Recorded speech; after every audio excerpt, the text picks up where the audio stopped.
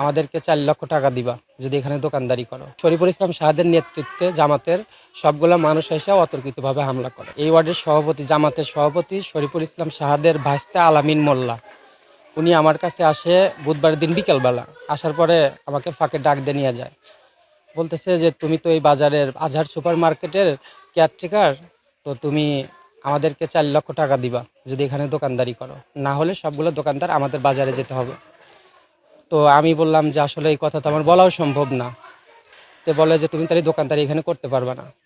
তো বললাম যে আমি মার্কেট মালিককে জানাই, তারপরে দেখি উনি কি বলে। আমার পক্ষে সম্ভব না, আমি একজন কেয়ারটেকার হয়ে 4 লক্ষ টাকা কীভাবে অ্যারেঞ্জ করে দেবো। তো বলতেছে আচ্ছা ঠিক আছে।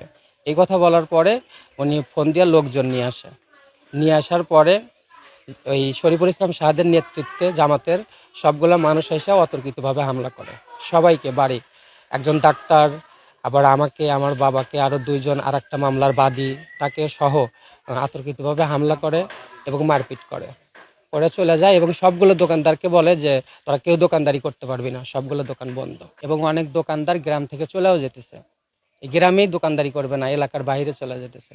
আমরা খুব ভয় ভীতির মধ্যে আছি। আমি মামলার বাদী, আমি বাড়িতেও থাকতে পারতেছি না, আমি অন্যের বাড়িতে শুয়ে থাকতে হয়। আমার বাড়ির উপরে যায় আক্রমণ করার জন্য। আমি খুব নিরীহ মানুষ এবং আমার কোনো গোষ্ঠী নাই, আমার কোনো লোকজন নাই, আমার কোনো টাকা পয়সা নাই। সেই হিসাবে আমার উপরে অত্যন্ত চাপ, আমি এই গ্রামে থাকতে পারতেছি। আমাদের বাপের পৈতৃক সম্পত্তির উপর দাঁড়া রয়েছি। তারপরে ওরা আতর্কিতভাবে এই শাহিন, মালেক, বুড়া আমিরুল, জিলু, আলামিন, এরা বেশ কিছু লোক, 15-16 জন লোক লাঠি নিয়ে এসে আমাদের মারপিট করার জন্য অনেক করে। তারপরে মাথায় বাড়িও দেয়, হাত দিয়ে ওটা ঠেকায়। আমরা এই অবস্থায় জামাতের আমির ফজলু ভাইকে জানাই। তো উনি কোনো সিদ্ধান্ত না দেওয়ার প্রেক্ষিতে আমরা থানায় একটা কেস করি। মঙ্গলবারের দিন বিকেলে দারোগা সেলিম সাহেব সহ জামাতের আমির সহ আয়সা আমাদের খোলার জন্য নির্দেশনা দিয়ে যায়। সেই মোতাবেক অনেক দোকান খুলছে, আবার অনেকে ভয়ে আতঙ্কে আসতেছে না, আবার কত অন্য জায়গায় চলে গেছে যে না এই ঝগড়া বিবাদের ভিতরে